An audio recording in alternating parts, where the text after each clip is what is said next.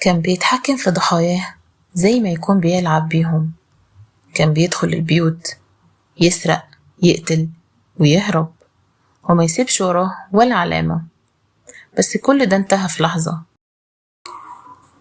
في فبراير 2024 الداخلية أعلنت القبض على جمال جابر، المعروف بلقب جيجي النمر. كان في كمين فجري على أطراف منطقة 10 من رمضان. وشه باين عليه الهدوء، عينه مفيهاش أي خوف، وبيضحك ضحكة باردة زي ضحكته في كل جريمة عملها. بس هو مين جمال جابر الملقب بجيجي النمر؟ شاب في أواخر الثلاثينات من حي شعبي، ليه سوابق من أيام ما كان عنده 16 سنة. ابتدى بسرقات صغيرة، بعدين بقى محترف في اقتحام الشقق.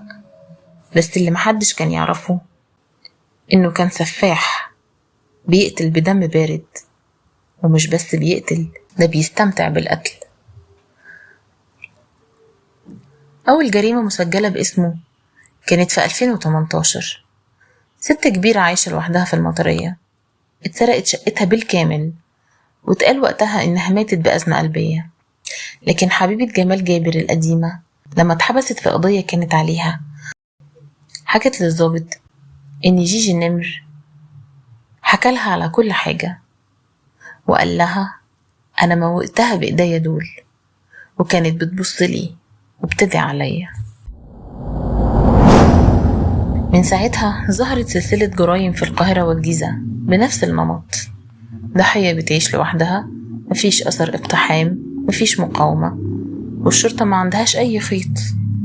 جيجي النمر كان بيستغل الهدوء، يدخل باسم كهربائي أو سباك ويبدأ يراقب، والضحية ما بتديش أي إخوانة، وأول ما يكون لوحده معاهم ينقض عليهم. في 2020 الشرطة اكتشفت جريمة بشعة في الهرم. راجل كبير متوفي ومربوط في كرسي ومتغطي وشه بملاية. التحقيقات قالت إنه اتخنق، وإن القاتل مسح كل بصماته. بس اللي ما كانوش يعرفوا وقتها إن جيجي كان بيراقب جنازة الضحية من بعيد. في أغسطس 2022 بنت في العشرينات اتقتلت في شقتها في العجوزة. كاميرات العمارة جابت شاب بيدخل وما خرجش تاني، وشه مش باين، لكن هدومه نفس الوصف اللي الشرطة لقيته بعد القبض عليه. وكان وقتها سايب تليفونه في بيت حد تاني عشان يبعد الشبهة عنه تماما، ومحدش يعرف يتبعه من شريحة التليفون. لما اتمسك في 2024 اعترف ب7 جرائم، لكن التحريات قالت إنه ممكن يكون وراه أكتر من 15 جريمة غير محلولة.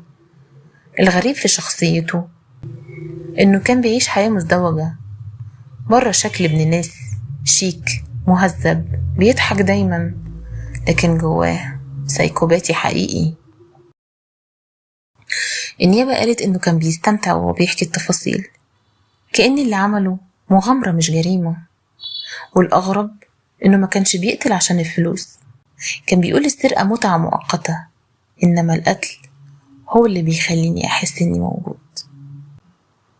واحد من الضباط قال ما فيهوش ولا ذرة ندم ولا لحظة تأنيب ضمير، هو مش مجرد مجرم، هو وحش اتأخرنا كتير في كشفه.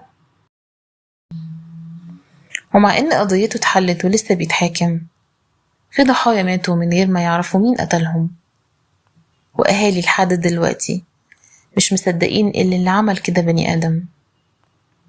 جيجي النمر اتقبض عليه بس السؤال الحقيقي يا ترى هو لوحده ولا في غيره عايش وسطنا، بيضحك وبيلبس شيك ومهذب وبيستنى اللحظة المناسبة. في وحوش بتتخبى في وشوش البشر، بس أسوأ حاجة لما الوحش يلبس ملامح طيبة ويكون أقرب مما تتخيل. جمال جابر أو جيجي النمر زي ما بيقولوا عليه بيخلي الواحد فعلا يعيد النظر في كل الناس اللي حواليه، بيخاف من أقرب الناس ليه، بياخد حذره في كل خطوة وكل كلمة. دايما بقول لنفسي هل هنا انتهت القصة ولا الجريمة اللي بعدها؟ هتكون أخطر.